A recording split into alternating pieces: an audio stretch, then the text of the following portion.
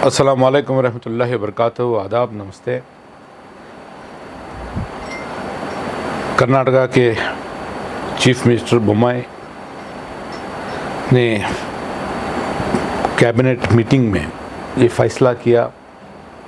कि कर्नाटका में जो 4% रिज़र्वेशन माइनॉरिटीज़ को दिया जाता है, उस रिज़र्वेशन को रद्द किया जाए और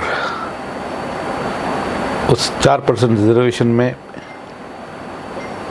दीगर कम्युनिटीज़ को उसका हिस्सा दिया जाए और अक़लियतों को, मुसलमानों को इकोनॉमिकल वीकर सेक्शंस में जो 10% का रिज़र्वेशन है, उस रिज़र्वेशन में हिस्सेदारी उनको दी जाए। ये बहुत ही बेहुदा किस्म का गैर जिम्मेदाराना और फ़िरका वाराना फ़ैसला भारतीय जनता पार्टी का बसवराज बोम्माई का ये फ़ैसला, मैं समझता हूँ कि इसकी जितनी भी मज़म्मत की जाए कम है। इस तरीके का ये फ़ैसला भारतीय जनता पार्टी जो कहती है कि सबका साथ और सबका विकास, ये साफ़ तौर पे पता चलता है कि ये कितने हद तक मुसलमानों के ख़िलाफ़ अपने दिल में जहर रखे हैं। मुसलमानों को कमज़ोर करने के लिए मुसलसल तौर पर ये कोशिश कर रहे हैं। आज मैं समझता हूँ कि इस तरह का फ़ैसला लेना सोशल जस्टिस के प्रिंसिपल्स के ख़िलाफ़ है, बाबा साहब अम्बेडकर के उस जमहूरी निज़ाम के ख़िलाफ़ है, जो सपना उन्होंने देखा था कि कमज़ोर तबक़ात को इस रिज़र्वेशन की पॉलिसी का फ़ायदा हो, ताकि वो कम्युनिटीज़ जो सोशली इकोनॉमिकली बैकवर्ड हैं उनको ताकत दी जाए। बहुत सारे रिपोर्ट्स जो हुकूमत ने की हैं, चाहे वो सच्चार हो, रंगनाथ मिश्रा कमेटी हो, नंजुंडप्पा कमेटी हो, जितने भी रिपोर्ट्स हैं, इन तमाम रिपोर्ट्स में साफ़ तौर पर ज़ाहिर है कि मुसलमानों को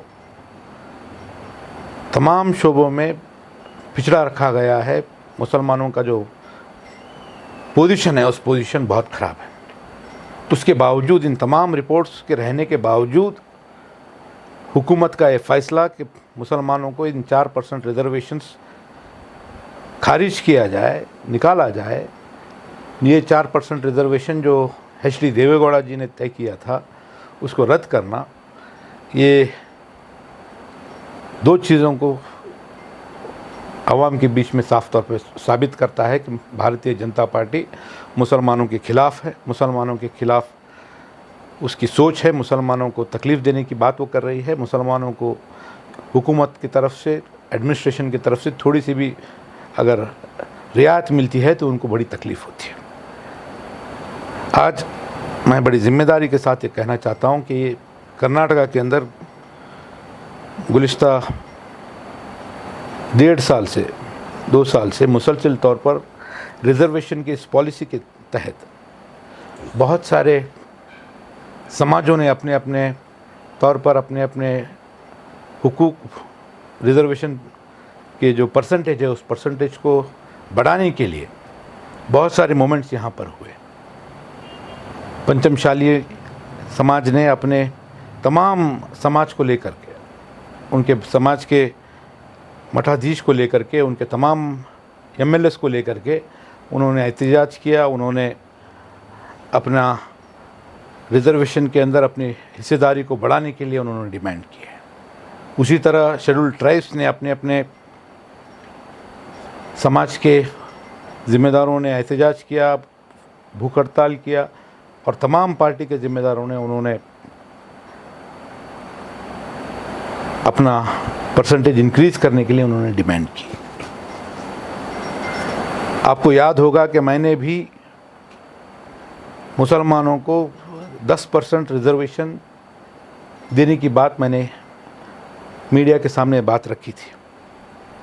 मगर अफसोस इस बात की है कि कहीं ना कहीं इसके ज़िम्मेदार ना सिर्फ भारतीय जनता पार्टी है, कहीं ना कहीं हम लोग, हमारे इलेक्टेड रिप्रेजेंटेटिव्स और जो ज़िम्मेदार हैं, उनकी भी जिम्मेदारी बनती थी कि वो तमाम कम्युनिटीज़ को, जबकि इस रिजर्वेशन के इस डिबेट को इतनी बड़ी पैमाने पे कर्नाटका में जो मूवमेंट चल रहा था, एक तरफ जो फॉरवर्ड कम्युनिटीज़ हैं, लिंगायत के पंचमशाली कम्युनिटी है जिसके पॉलिटिकल रिप्रेजेंटेशन बहुत ज़्यादा है, इकोनॉमिकली मुसलमानों से बहुत ज़्यादा ताकतवर है, वो लोग जब एहतजाज कर रहे हैं तो हमारे मुस्लिम कायदीन, मुस्लिम ज़िम्मेदार खामोश बैठे हुए हैं। ये बड़ी अफसोस की बात है, बड़ी तकलीफ़ की बात है। मैं बड़ी ज़िम्मेदारी के साथ कहता हूँ कि जमहूरी निज़ाम में आपको हमेशा ज़िंदा रहना है, हमेशा आपको आपके अतराफ़ जो होने वाले मामलात के ऊपर आपको नज़र रखनी है और आपके अपने हुकूक के लिए आप हमेशा अपनी आवाज़ को बुलंद करना, ये इलेक्टेड रिप्रेजेंटेटिव्स की, कम्युनिटी के जो ऑर्गेनाइजेशंस के हेड्स हैं, इनकी ज़िम्मेदारी बनती है। होना ये चाहिए था कि मुस्लिम कम्युनिटी भी इसके तहत अपने आवाज़ को बुलंद करती।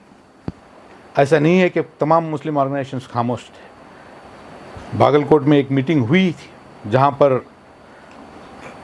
कर्नाटका मुस्लिम यूनिटी के नाम पर एक ऑर्गेनाइजेशन ने इसको डिमांड रखा था, मगर मैं समझता हूँ कि जो सपोर्ट इलेक्टेड रिप्रेजेंटेटिव्स की तरफ से, पॉलिटिकल पार्टीज़ की तरफ से जो मिलना चाहिए था, और सपोर्ट जो है उनको नहीं मिला। उसका खामियाजा आज भारतीय जनता पार्टी बड़े प्लान्ड तरीके से, ये कम्युनिटी, मुसलमानों की ज़िम्मेदार, मुसलमानों के इलेक्टेड रिप्रेजेंटेटिव्स खामोश हैं, सोए हुए हैं, इनको कोई ज़िम्मेदारी का एहसास नहीं है और वो अपने फासिस्ट पॉलिसीज़ को, कम्युनल एजेंडे को, एंटी मुस्लिम पॉलिसीज़ को बड़े आसानी से इम्प्लीमेंट कर सकते हैं। इस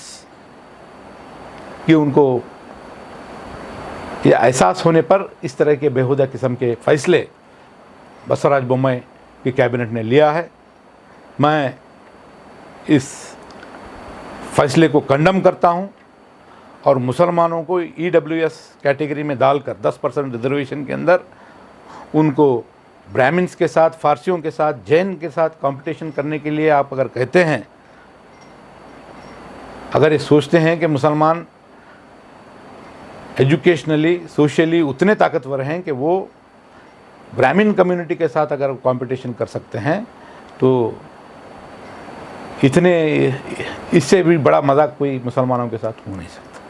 इतना घटिया किस्म का मजाक भारतीय जनता पार्टी की हुकूमत कर रही है। आज रिपोर्ट्स बताती हैं कि बहुत से शोबों में मुसलमानों की हालत हमारे दलित भाइयों से भी पिछड़ी हुई है। ये रिपोर्ट्स आपके पास हैं। रिपोर्ट्स आप रखने के बावजूद आप अगर 4 मुसलमानों को EWS कैटेगरी में 10% इकोनॉमिकली बैकवर्ड के रिजर्वेशन के लिए आप कॉम्पीट करने के लिए अगर आप डायरेक्ट कर रहे हैं, तो आप मुसलमानों के इस एंटायर पॉलिसी को जो है, रिजर्वेशन का जो सोच है, जमहूरी कॉन्स्टिट्यूशन का जो प्रिंसिपल है कि सोशल जस्टिस, इस मुल्क में रहने वाले तमाम बासिंदों को, तमाम हिंदुस्तानियों को इस मुल्क के अंदर तरक्की करने के लिए जो सोशली, इकोनॉमिकली बैकवर्ड हैं, उनको एनकरेज किया जाए। उस पॉलिसी के ख़िलाफ़ भारतीय जनता पार्टी ने ये डिसीजन लेने के ज़रिए बता दिया है कि यहाँ पर उनकी कोई सोच नहीं है। मैं तमाम मुस्लिम दानिशमंदों से जो एक फ़िक्र लेकर के निकले हैं, मैं उम्मीद करता हूँ कि आगे इस डिसीजन के ख़िलाफ़ कानूनी लड़ाई लड़ी जाएगी और इस इलेक्शन के करीब इस तरह का फ़ैसला लेना ये पॉलिटिकल एडवांटेज लेने के नीयत से हो या मुसलमानों को कमज़ोर साबित करने के लिए हो, मुसलमानों को कॉर्नर कर कर पोलराइज़ करने की नीयत से अगर किया गया है, किसी भी नीयत से किया गया है, ये नाकाबिले बर्दाश्त है। मुस्लिम कम्युनिटी इस चीज़ को बर्दाश्त नहीं करेगी और इसके खिलाफ़ हम तमाम लोग, गुलबर्गा के तमाम ज़िम्मेदारों नहीं बल्कि कर्नाटका के अंदर जितने भी मुसलमान हैं, वो तमाम मुसलमानों की एक फीलिंग है, उनको ये महसूस हो रहा है कि आज हमको एक होकर के इस भारतीय जनता पार्टी के खिलाफ हमको लड़ना है। हमारे जनता दल सेकुलर के एचडी कुमारस्वामी साहब ने भी इस पॉलिसी को कंडम किया है और 4% रिजर्वेशन को निकाल करके वक्कलिगा कम्युनिटी को और लिंगायत कम्युनिटी को देना, ये मैं समझता हूँ कि किसी के थाली में से 2 रोटी निकाल करके दूसरे कम्युनिटीज़ को भरना, ये मैं समझता हूँ कि गैर